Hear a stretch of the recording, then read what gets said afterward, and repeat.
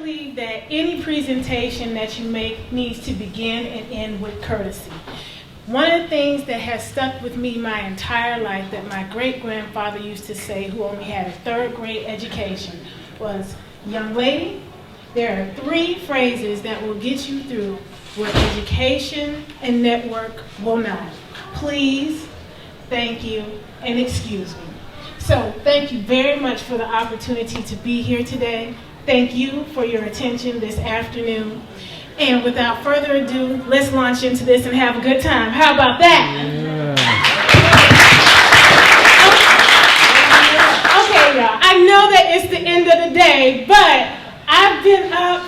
I traveled all the way from Atlanta. I'm excited. Yeah. When I look at you all, I'm old enough to be your auntie. And so I think that, give me some enthusiasm and I'll give it back. How about that? All right.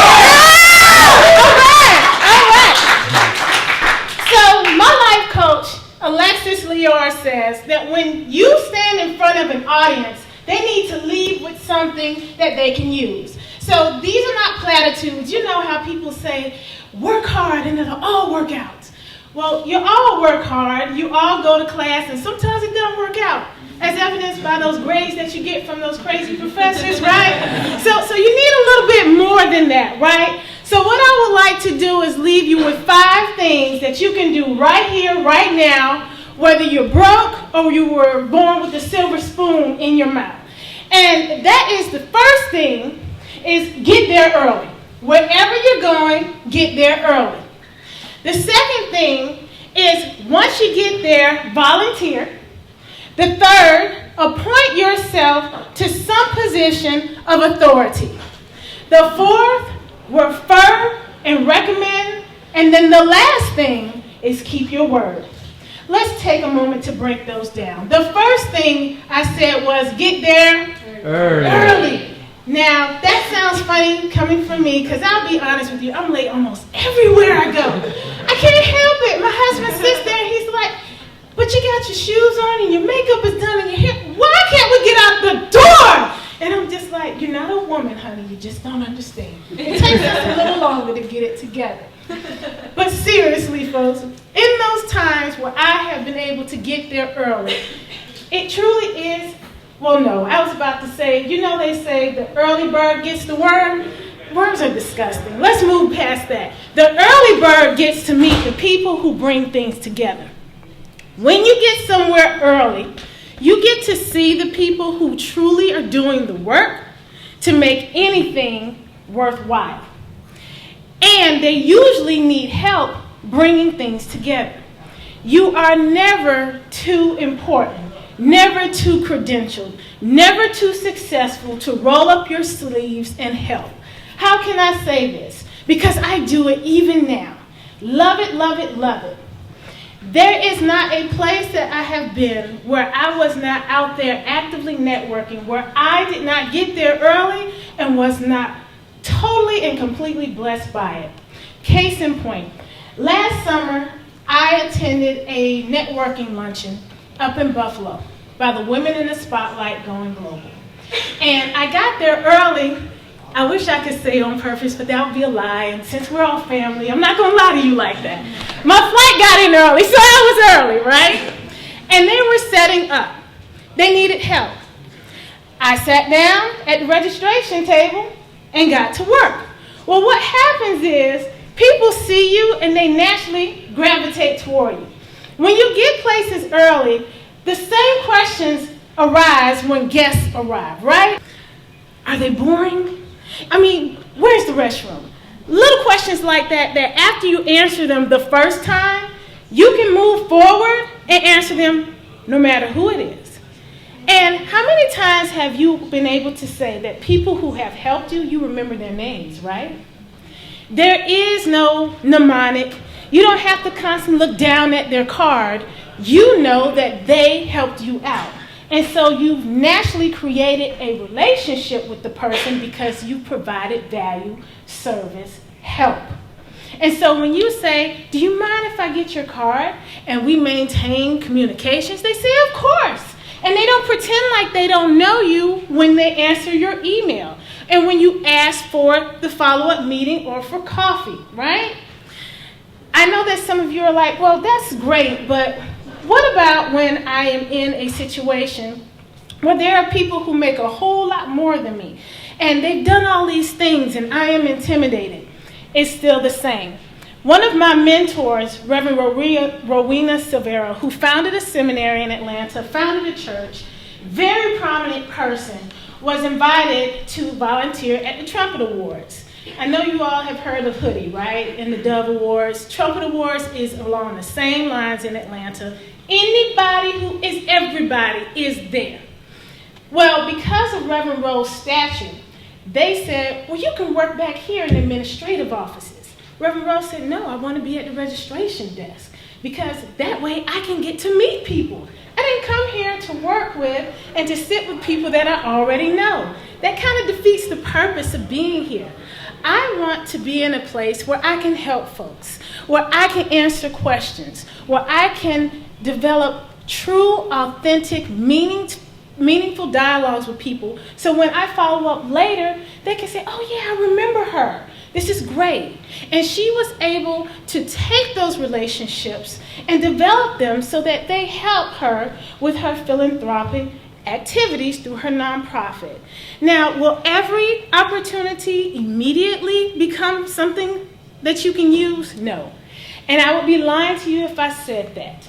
And it's one of the reasons that I would encourage you that no matter what you do in life, don't do it just because there's profit behind it. You need to do it because you love it. Do what you love and the money will follow. Not because you're just some good person, but because there's true passion behind it. There's authenticity behind it. There is love behind it. And people like being around people who are genuine about their work. They don't like to feel hustled. They don't like to be pandered to. The second thing I said was you volunteer, right? And so we went through that. The third thing is appoint yourself to a position of authority. Now, does anybody have any idea about that? When you arrive somewhere and there's a conference like this going on, what are some things that you can do to add value immediately? Ask questions, that's good. Take notes, and what do you do with those notes? You implement them with your life, but what can you do right here, right now? Help others. You appoint yourself the digital content manager. What do I mean by that? All of you have Twitter, right? So appoint yourself their unofficial Twitter manager. Tweet things that you hear that are good. If they don't have a hashtag, assign them one. If they don't have a Twitter account, say, hey, this is what I did for you. I've set this up for you. If they don't have a visible account, set it up for them. If they don't have a Facebook page, set it up for them. I know some of you are saying, but isn't that presumptuous? Yes, it is. But let me tell you, folks, the future favors the bold. You have no time to be fearful. Be fearless. The future favors the bold. If you continue to sit and wonder what if, and oh my gosh, and be scared, you will never see what you can do. I can say this because I've done it. I just got back from a wonderful trip to India where I was representing my nonprofit at the International Women's Conference offered by the Art of Living Foundation. And during the time that I was there, they had people who were tweeting and posting to Facebook. They had people who were serving as cameramen, and they had people who were serving as photographers. But guess whose tweets were retweeted and posts were reposted on their Facebook pages? Mine. Can you give me an idea as to why? Because they want to highlight the value that the people who attended received based on their experiences. See, it's one thing if it's your business, right? And you're the one pumping it. But if someone that attended an event that you gave, if that person is the one pumping your business, and that person is saying what a great time they had, and that person is posting the pictures, well, now you have a level of authenticity and experience that you did not have before. All things that don't cost you any money, but they do require time. and therefore sweat equity. Blog about it. Now, blogs don't need to be long. I know all of you have run across people who write 2 or 3 pages. Break them up. We were talking about this during break, right? If you have something great to say and it's pretty long, break it up to 2 or 3 paragraphs, because that's all people are going to read anyway. And that's just the truth of it. The next thing that you do is you refer and you recommend. Sometimes you will get opportunities that have no value to you, but they may to someone else. Just this past week, one of the people on my team sent something to me and said, you need to pitch to this magazine. Well, it didn't really fit my space, but I knew someone who would be great for it. And I sent it to him. I said, Jesse, I think that this would be for you. One of my folks sent it to me, but I don't think that is quite right. He was so grateful that he sent me leads to 4 things that I had been trying to do. One of them was a TV producer for a show. Since I had been thinking about doing a show, that was huge for me. But that's something that would never have happened if I had not sent that to him. And recommend. Whenever you work with someone, particularly when they work for free, take the time to go to their Facebook page or post on their Twitter or their LinkedIn and talk about how great it was to work with them. What a professional they were. If they were charming, say that. If you had a little fun, do that too. A couple of weeks ago, I had an opportunity to participate in a photo shoot. And the photographer, Ojo, he is the biggest clown that ever lived. And I was just like, I don't even know how we're getting through all of these pictures because you are just hilarious. But he was able to bring out the best in everyone. And so I went to his Facebook page and I just said, Ojo is just so professional and he's charming and funny and you would really love the opportunity to work with him. And then other people started using him in their events. And he sent me an email just saying, I really appreciate that. Thank you so much for that boost. It didn't cost me anything. It took me 5 minutes to post that. But I have a friend for life now. And so if I ever need a photographer, all I have to say is I need you to drop everything right here, right now, and just be here. Well, maybe it won't be that easy. But you understand where I'm coming from. The last thing is keep your word. Sometimes you are going to make decisions and tell people that you're going to do something. And it will be uncomfortable for you to follow through. But it is really important that you do because people are counting on you. Who did I help? Who did I mentor? Who did I talk to? And who was touched by what I did? And so the opportunity to come out here and speak to you was just amazing to me. But then I got notice that the first editor who gave me a shot in publishing in a magazine had passed away. And it was really sudden. I'm talking about on Monday, she went to the doctor and was diagnosed with cancer. Tuesday, they said it was terminal. And Wednesday, she had died. So we had no time to prepare for that. And the funeral was today.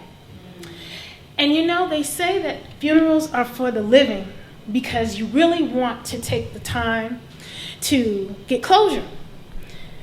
Well, if that's true, then the best legacy, the best remembrance of her that I can give to her is to be here with you. Because, like I said, she gave me the start. And so what I can do is come here and give you one too. Was it hard to make that decision? Absolutely. I gave my regrets to her family. And they understood. And I don't regret it, not a moment. I've had the opportunity to sit here and watch all of you soak up everything like sponges, to be impressed by your amazing, amazing dignity, and to be inspired by you. At this point, I'm going to close and just ask you to remember the 5. Get there early, volunteer, appoint yourself to a position of authority, refer, recommend, and keep your word. Thank you, young people. I really appreciate you.